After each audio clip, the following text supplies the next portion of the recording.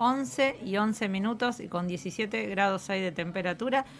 Tenemos acá en línea a nuestro segundo columnista ya del programa, es Cristian Cirilli, que es analista político internacional. Muy buenos días, Cristian. Gracias por estar acá con nosotros nuevamente. Hola, buenos días, Macarena. Un placer siempre compartir el espacio con ustedes. Gracias por invitarme. No, por favor. Gracias a vos. Mira, Cristian, la verdad que tengo un montón de temas acá porque hace bastante que no charlábamos. Bueno, el último programa nosotros estuvimos, hicimos un programa, no estábamos al aire, dejamos un programa grabado, así que nos faltaron un montón. Nos quedan acá bastantes temas para charlar con vos que yo fui anotando. Bueno. La verdad que vos sos el que sabía decir cuál es el tema más importante, porque realmente tengo lo de China y Taiwán, el Lula en China. Hay un montón de cuestiones. Pero sabes que antes te quería preguntar, seguramente tiene que ver con todo esto también, con la coyuntura internacional. Vos escribiste un artículo acerca de una invitación, si no me equivoco, eso es del SENASA, para una charla sobre alimentación con insectos, que tuvo bastante viralización por las redes. Y vos decías que eso tiene que ver con la Agenda 2030. Me gustaría conversarlo al menos, y si tiene que ver con todo lo que se está debatiendo también a nivel mundial. Bueno, sí, tiene que ver. Primero, lo que salió publicado en el SENASA a través de un tuit oficial fue un encuentro nacional para utilizar la cadena de valor de insectos para consumo humano y animal. Si fuera animal no sería tan grave, pero también es para consumo humano y tiene que ver con uno de los grandes objetivos de las no revelados, por supuesto, subyacentes o, digamos, implícitos dentro de la Agenda 2030, ¿sí? Que es la manipulación de la alimentación humana. Claro. ¿Sí? Esto, por supuesto, no está revelado en forma pública, no es parte de un objetivo manifiesto, pero sí es una planificación que se va incorporando lentamente, casi como una ventana de Overton, a la agenda de los distintos países que suscriben esa agenda. Argentina es uno de ellos, y no tiene que ver con el gobierno del Frente de Todos, sino tiene que ver con una política de Estado, porque la ha implementado también el gobierno de Macri. Sí. En esta alimentación forzada se incluyen también básicamente alimentos de laboratorio y mezclas proteicas de insectos. ¿Sí? Yo hasta hacía el chiste de que si íbamos hacia el Soylent Green, que es aquellos que saben mucho de cine y de películas de ciencia ficción con futuros distópicos, hablaban justamente, miren ustedes, que en el año 2030, la película del año 70, en el año 2030 se iban a alimentar a la población, a la sobrepoblación mundial, a través de un alimento rico en proteínas, que se lo denominaba Soylent Green, y que, bueno, justamente tenía que ver con la eliminación de los cuerpos humanos procesados como alimentación humana.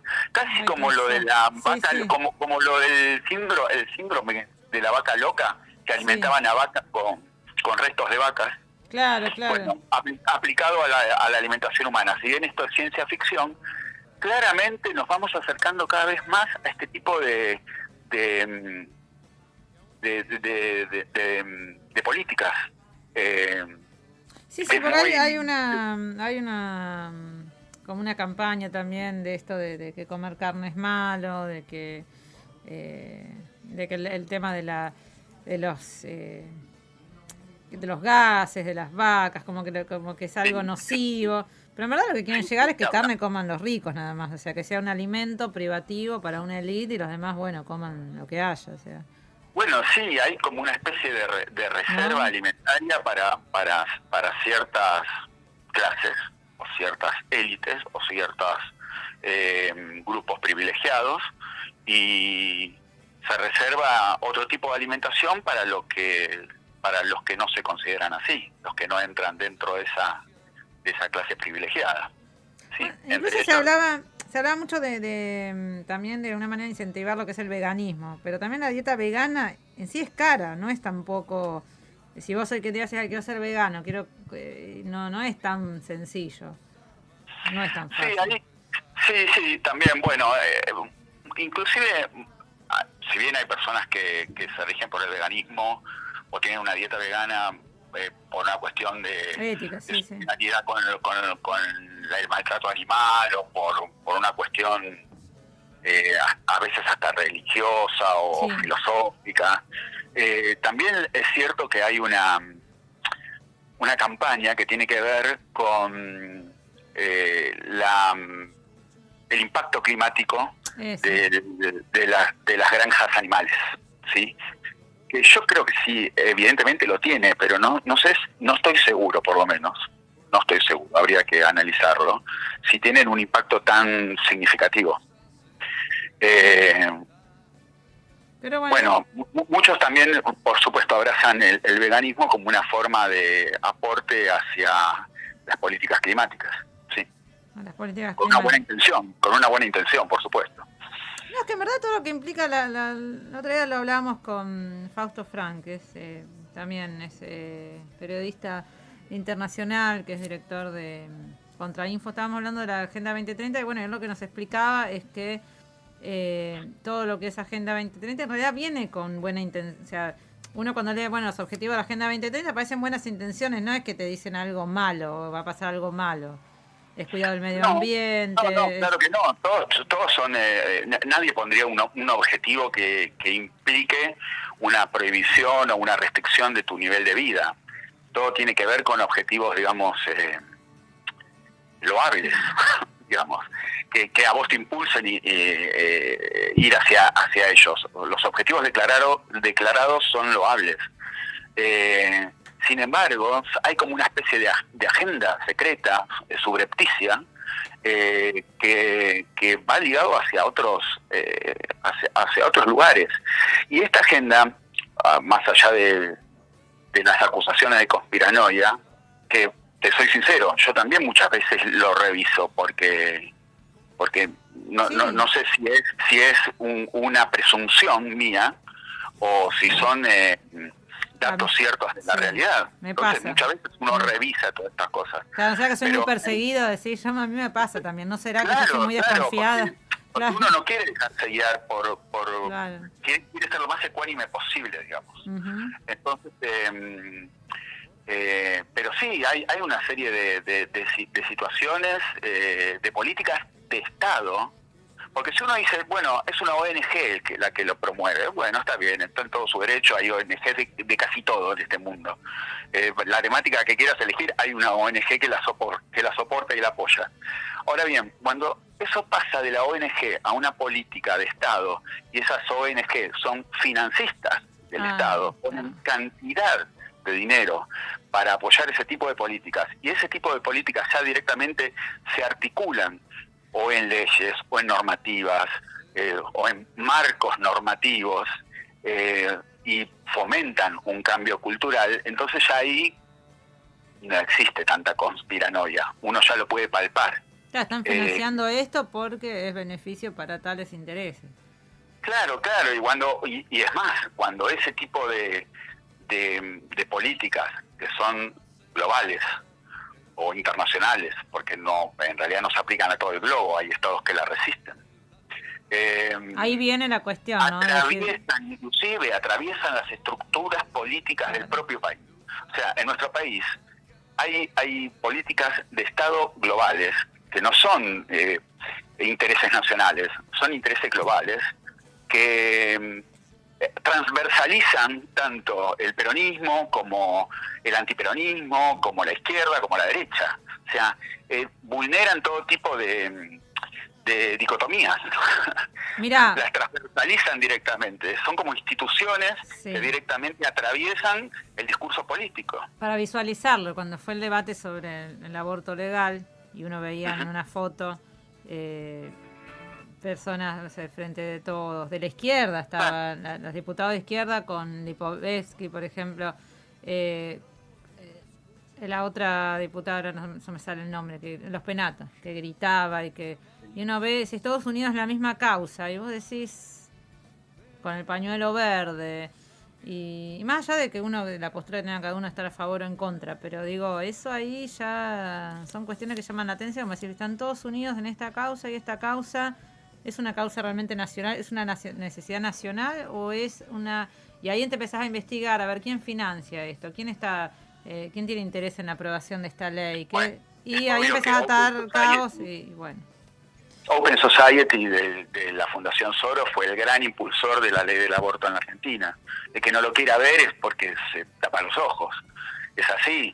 Y Open Society, bueno, nada, tiene influencia en el partido de gobierno, en la coalición de gobierno actual, como en la oposición. Ya te digo, transversalizan los discursos políticos, los transversaliza. Es algo que es como una norma superior. Y ahora voy a esto, que lo que siempre, nosotros, bueno, siempre, en general, hablamos el tema estamos haciendo con vos un seguimiento de la guerra Rusia, Ucrania, con todo lo que eso significa, ¿no? Con todo lo que se amplificó. Rusia, Putin, justamente se opone, ¿no?, a esta agenda. Por eso también es... Absolutamente. Claro. De hecho, lo dice no se ahorra palabras directas para decirlo.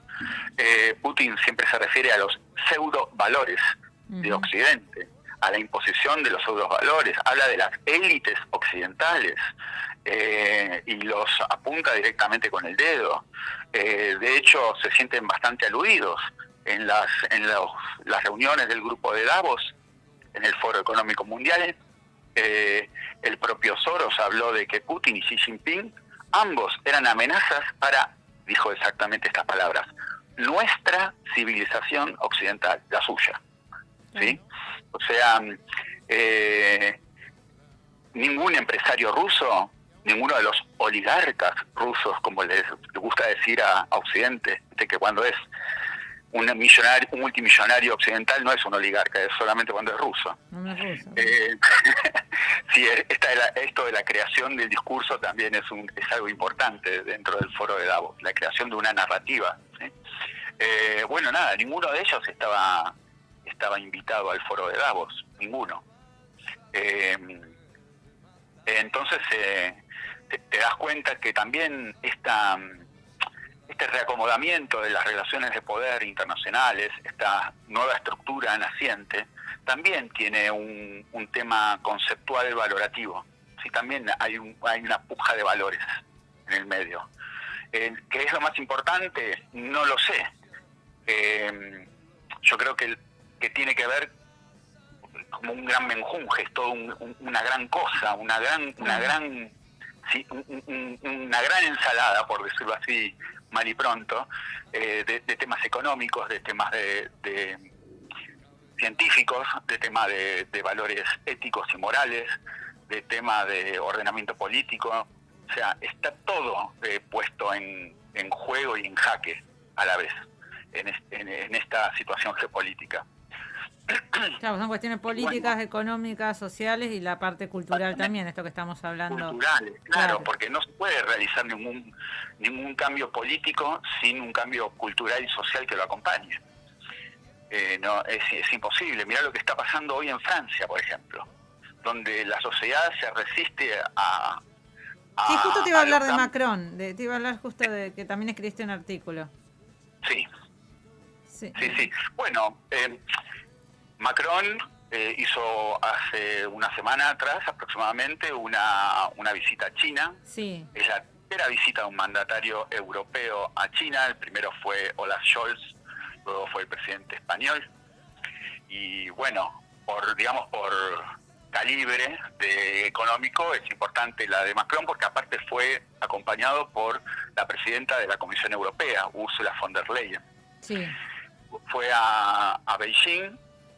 Y bueno, fue muy extraña esa reunión, porque en realidad... ¿Ya te va a convencer de algo Macron?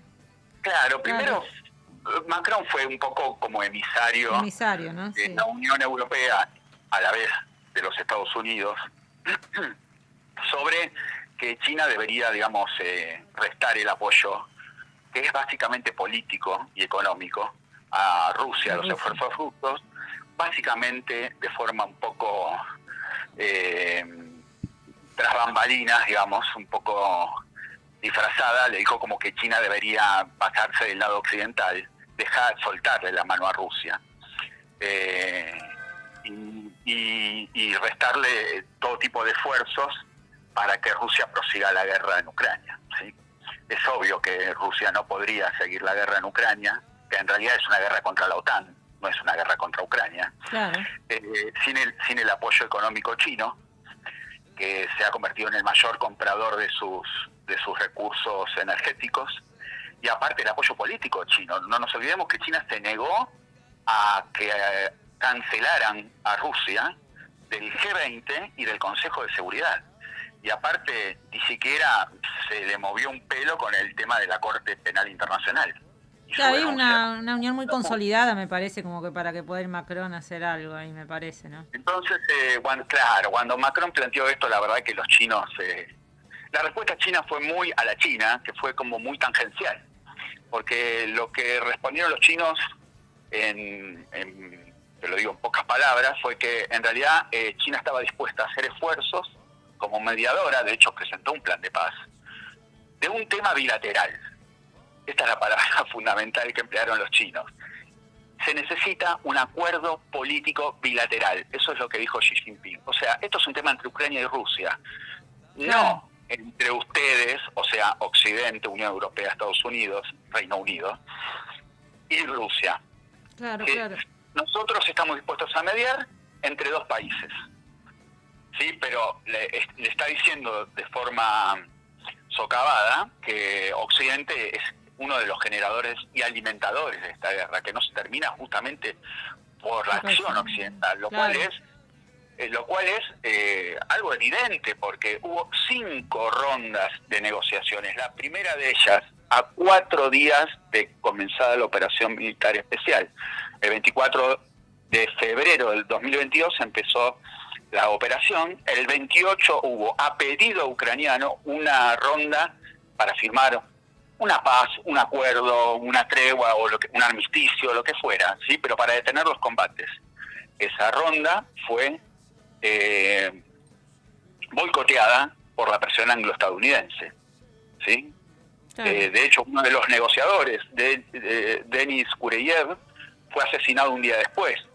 Un día después fue asesinado por el servicio secreto ucraniano porque era el más proclive a llegar a una paz con los rusos. Lo tomaron como una traición a la patria. Bueno. No, evidentemente, claro, están ahí incidiendo en... Perdón, y esto no lo estoy diciendo por pura presunción. Esto lo dijo el ex primer ministro israelí, Naftali Bennett.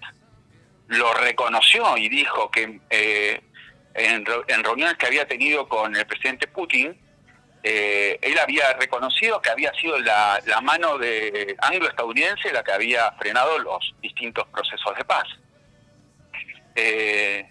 Y, por ejemplo, en la última ronda de negociaciones, que fue la quinta, que fue en Estambul con los oficios de Turquía, cuando Rusia retira las tropas, esto fue en marzo del 2022, retira las tropas de las afueras de Kiev, aparece instantáneamente la llamada masacre de Bucha en las afueras de Kiev, sería como el conurbano de Kiev. Una masacre muy escenificada, muy rara, porque había cadáveres diseminados casi en forma de zigzag en la ruta de salida de las tropas rusas. No digo que los rusos no puedan hacer crueldades, como todo ser humano lo pueden hacer. Sí, claro. Lo que digo es que fue muy extraña esa escenificación de la masacre, justamente cuando se había llevado a un preacuerdo de paz. Sí, me acuerdo que lo hemos conversado ese. Claro.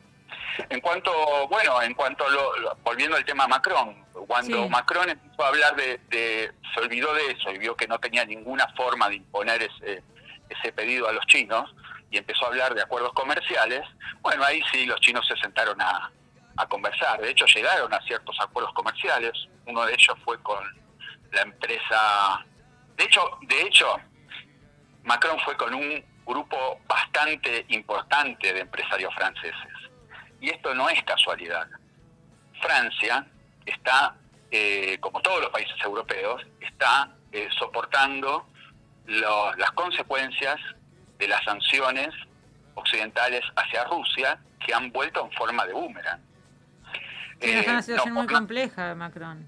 Francia, en realidad, ¿no? Con esto. ¿Por qué quieren reducir la edad jubilatoria? Porque no les cierran las cuentas. Es evidente eso.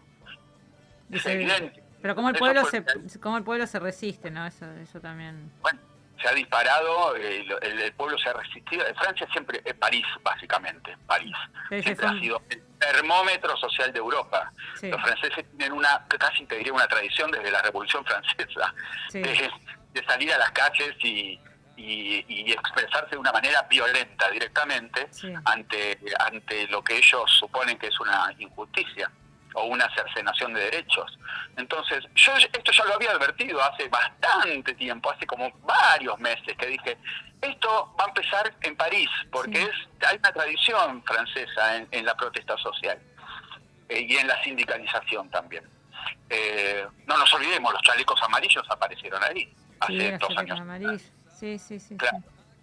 Bueno, cuando Macron se puso a hablar de temas comerciales, los chinos, bueno, ahí no tuvieron ningún problema en darle una mano. De hecho, hubo un acuerdo con la empresa Airbus, que es la productora de aviones europeas. Si bien es europea, Francia tiene una gran participación accionaria en esa empresa. Airbus tiene una línea de montaje de un modelo, no me acuerdo ahora si es el A320 o A321, bueno, uno de los modelos tiene una línea de montaje en China, en Tujiang, y bueno, se llegó a un acuerdo de modernización y de inversión. También hubo un acuerdo sobre uno de los talones de Aquiles de Francia, que es la política energética, básicamente la nuclear. Francia depende mucho de las centrales nucleares y están en muy mal estado. Y llegaron a un acuerdo energético con la empresa nacional de energía atómica china. Así que bueno, cuando hubo acuerdos comerciales no hubo problemas de charlar. Los chinos son muy abiertos en ese... Claro, los negocios son los negocios. Claro, el tema fue después, cuando a Ursula von der Leyen directamente no le dieron mucha cabida.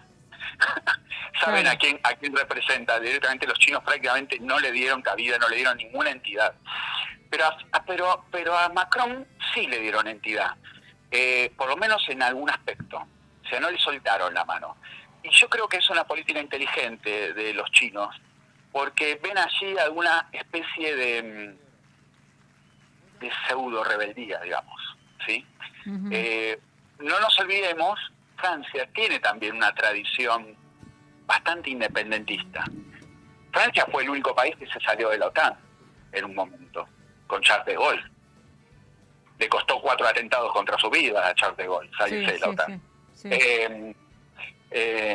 ¿Por qué? Porque se resistía al mando anglo-estadounidense. Francia con Jacques Chirac en el 2003 votó en contra en el Consejo de Seguridad contra la invasión de Irak. O sea, tiene ciertos lapsos de independencia. Lo que pasa es que desde Sarkozy en adelante, la verdad es que la supeditación que ha hecho la política francesa a la Unión Europea y a Estados Unidos ha sido vergonzosa.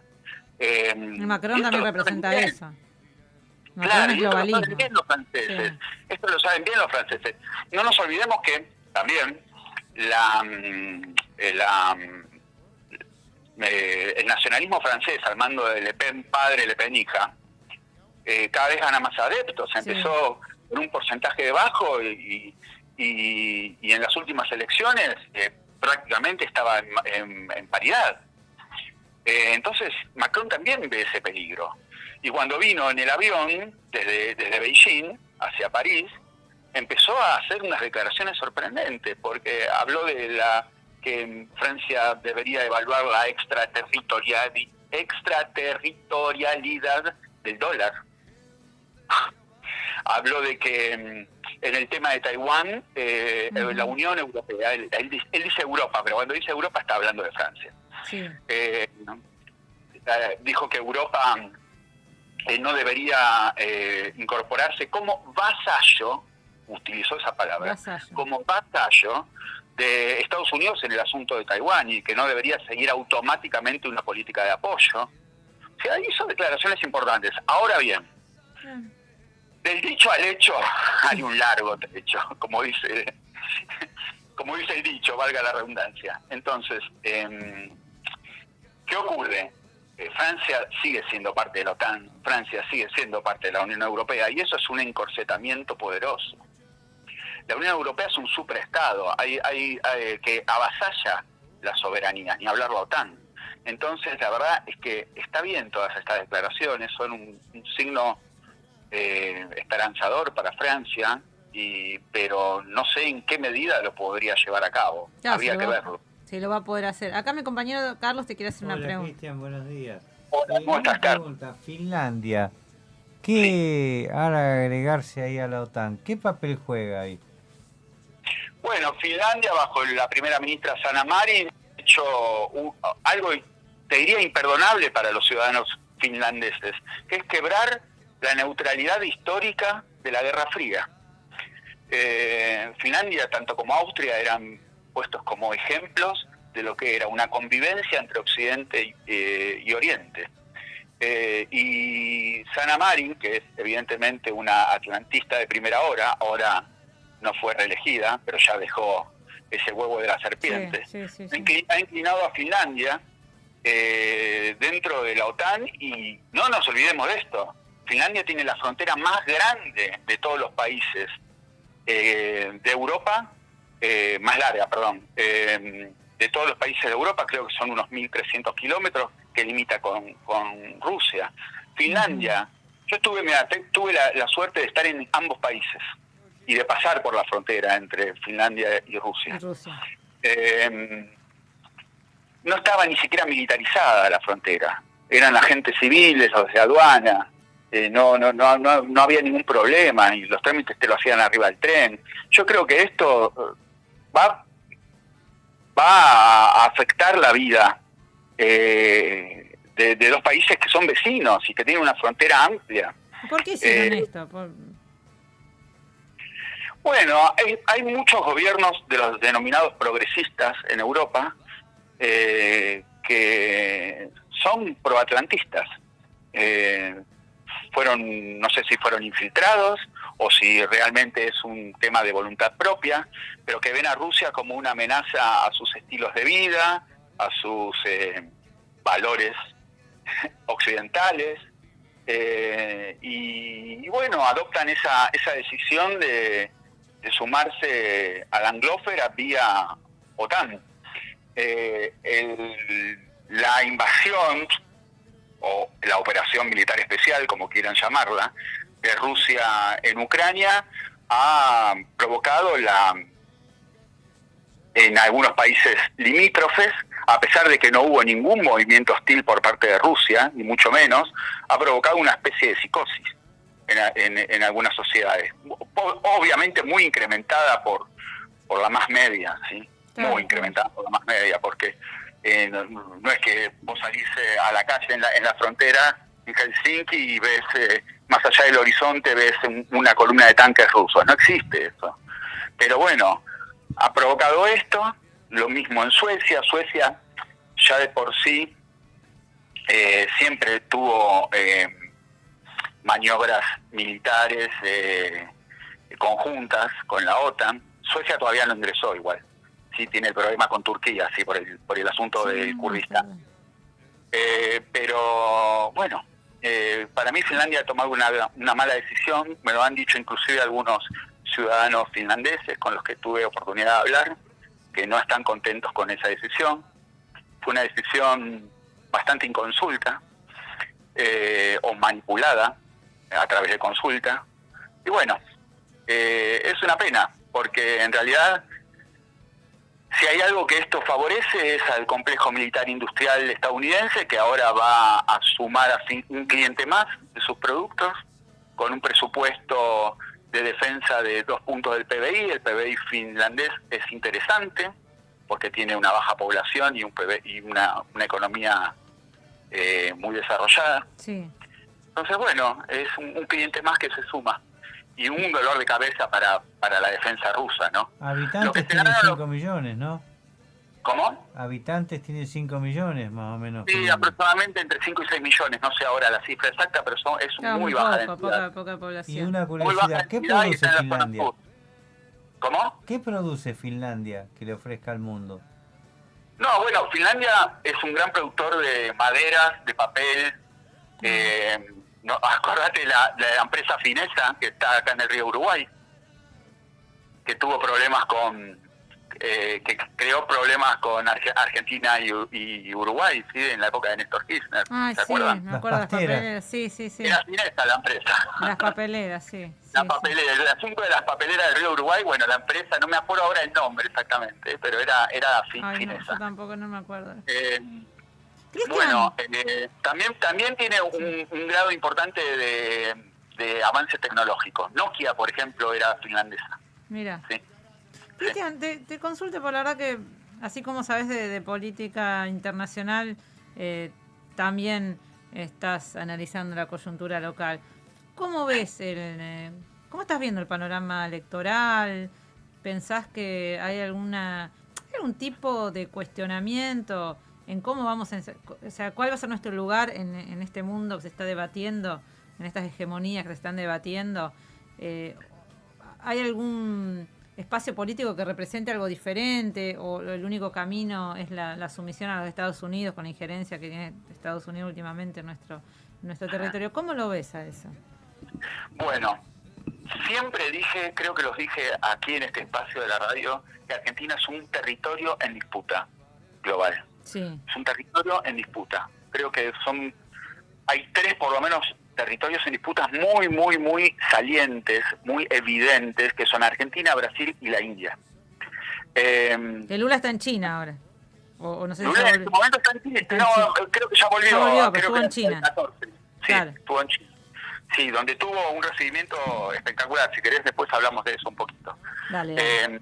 Bueno, Argentina es un territorio en disputa. La presión estadounidense es tremenda, se ve en todos los aspectos. Sí. Se ve, por ejemplo, en el carácter protagónico del embajador Mark Stanley, se ve en las declaraciones y las ya constantes visitas de Laura Richardson, la generala del Comando Sur de los Estados Unidos, se ve en la reunión de Biden con Alberto Fernández y su comitiva.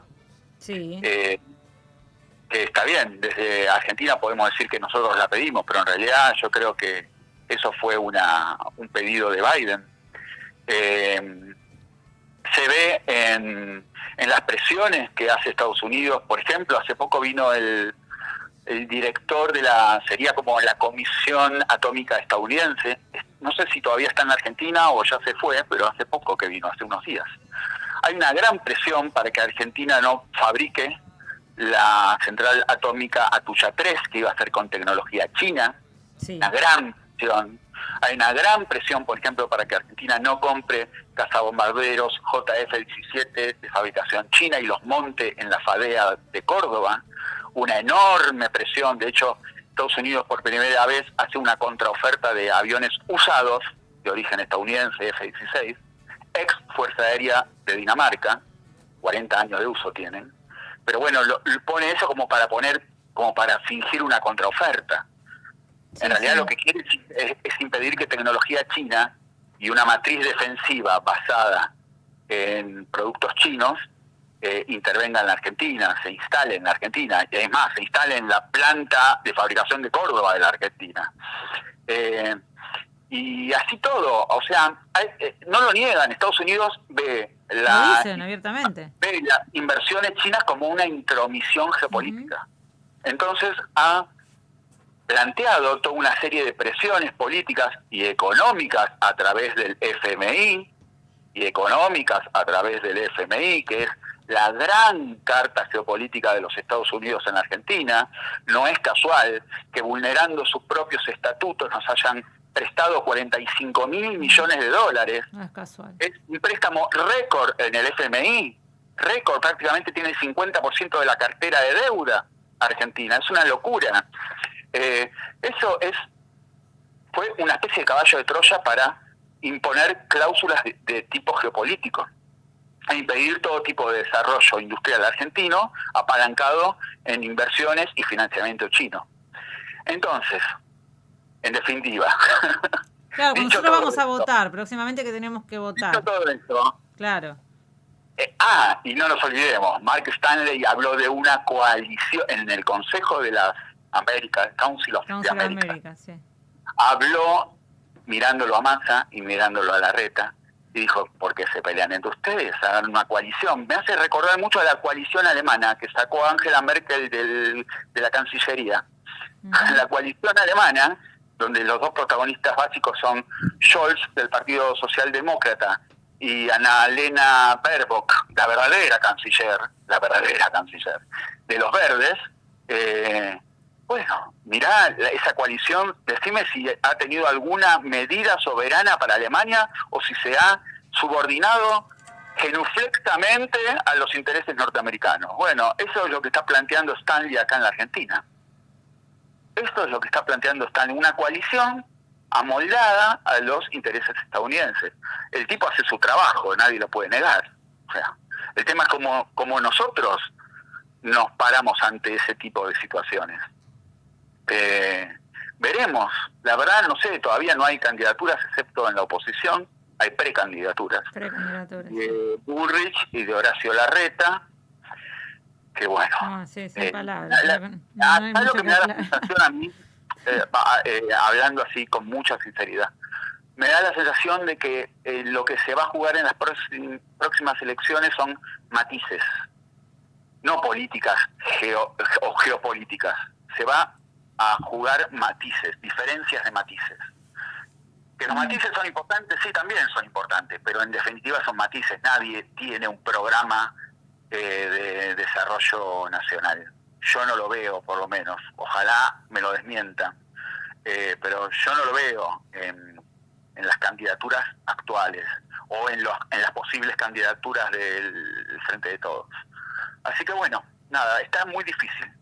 Muy difícil. No es imposible, pero bueno, por lo menos, digo, nosotros acá desde la comunicación, en los medios populares, tratamos de hablar de estos temas, porque realmente lo que siempre marco, ¿no? Que por ahí nos indignamos más de lo que dice la Canosa que lo que dice Laura Richardson. Es como que no tenemos... Y no, todas estas comitivas, todas estas injerencias, esta política injerencista, no es lo que se debate, no lo escuchás, no lo... Entonces, estamos todo el tiempo discutiendo temas totalmente triviales. Entonces por eso nosotros tratamos de hacer estos análisis para un poco eso, para aclarar, porque lo peor que podemos hacer es ignorarlo. Si lo sabemos y lo entendemos, por lo menos podemos ahí hacer algún seguimiento o incluso hasta hacer nuestras propias elecciones también en base a lo que conocemos. Pero si lo ignoramos, y vamos a quedar siempre metidos en lo mismo, ¿no? Me parece que por lo menos abrir los ojos y después de ahí, bueno, cada uno...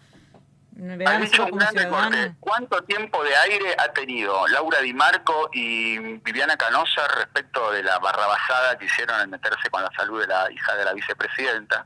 ¿Y cuánto tiempo de aire han tenido las declaraciones de Elvira Salazar, la congresista estadounidense que ha amenazado públicamente a la vicepresidenta diciendo que iban que si Argentina osaba comprar aviones de origen chino iban a tener consecuencias de una magnitud bíblica? ¿Cuánto tuvo eso de aire? Nada. Nadie, hay gente que ni lo sabe. No. Fue una declaración, o las declaraciones de Ted Cruz, congresista estadounidense, senador de Estados Unidos, por la Florida, de donde puede salir el próximo presidente norteamericano, ¿sí? La Florida, que dijo que la momentos antes del atentado, dijo que la vicepresidenta argentina debería ser condenada por oponerse a los intereses norteamericanos en el hemisferio. ¿Cuánto se sabe eso? ¿Cuándo salió? ¿En qué canal salió eso? Ninguno. No es lo que yo trataba de explicar hoy. No es que esté bien o que no vale lo que diga Canosa, pero no es un desastre lo que dijo. Es terrible lo que dijo. Hay que hacer, que se tendrán que tomar acciones. Pero hay que separar la paja del trigo. Pero claro, me parece que no es en este momento no es el interés esencial del pueblo. Esto sí, todas estas cuestiones sí, porque hacen a nuestro futuro, hacen que podamos, por ejemplo, que podamos comer, qué es lo que vamos a comer, cómo vamos a vivir, qué futuro.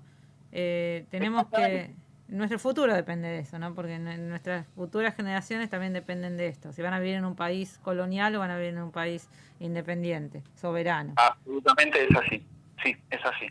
hay que ir a las cosas importantes. Y justamente, como decía Juan Perón, la política internacional es la política en serio, ¿sí? Es como la Ivy League, es la universidad en serio, ahí es donde se maneja el poder. Lo Sí, otro, bueno, es cabotaje, sí. chiquitaje, claro. Sí. Exactamente, sí. Bueno, Cristian, la verdad que te agradecemos mucho, ya tenemos que hacer el corte, nos pasó volando, nos quedaron temas, quedó lo de Luna, nos quedaron un montón de temas, pero bueno. Nos quedó China-Taiwán. Taiwán, sí, la verdad que vamos a seguir, si estás de acuerdo, te vamos a seguir convocando porque la verdad que son muchísimas cuestiones. Bueno, cómo no, yo siempre agradecido por tu convocatoria y siempre a tu disposición y la de tu equipo. Muchísimas gracias. Sí, se nos fue la hora, te agradecemos mucho, nos quedó lo de Taiwán, lo vamos a estar analizando porque para nosotros es un gusto poder hablar con vos. Hasta la próxima, Cristian. Nos vemos, hasta la próxima, un saludo grande. Un saludo. Bueno, estamos hablando con Cristian Cirilli, analista político internacional. Nos quedaron, pero tengo acá anotado, nos quedaron un montón de temas. Claro. Pero es tan compleja la coyuntura internacional, tantos países, tanta... pero bueno, en sí es todo parte de lo mismo. Acá que dice... bueno, ahora los mandamos. Tenemos mensajes, nos están llegando mensajes. Estos temas interesan, ¿no? Uno dice, no, pero... con todos los problemas que tenemos, estos temas interesan porque no es lo que pasa acá, lo que pasa allá, es lo que pasa en el mundo y nosotros somos parte del mundo. Y como dijo, me quedo con esto, y se los dejo a ustedes como consigna para que lo piensen, esto que dijo Cristian Cirilli, Argentina como territorio en disputa internacional. Me parece que ahí es donde tenemos que seguir analizando, es donde tenemos que seguir, en base a eso también ver cómo nuestra clase política se va direccionando también respecto a eso, ¿no? Y por más que no tengamos tantas opciones y por más que no se esté discutiendo lo esencial, sí nosotros tener los ojos abiertos, sí nosotros saber en dónde estamos parados. Y nuestro principal enemigo es la ignorancia, es así, lo que no podemos es ignorar las cosas. Así que, bueno, siendo las 11:53 vamos a hacer un breve corte, vamos a escuchar algo de música, no sé si para tomar mate, acá nosotros seguimos mateando, no sé ustedes si están haciendo la comida o algo, pero le mando un saludo a mis niños, a León y Cele, a Marisa, mi suegra que está con ellos cuidándolos, y a Yolanda, a todos los que están del otro lado. Y bueno, vamos a hacer un breve corte y seguimos con otras voces, falta la columna de deportes, tenemos más información.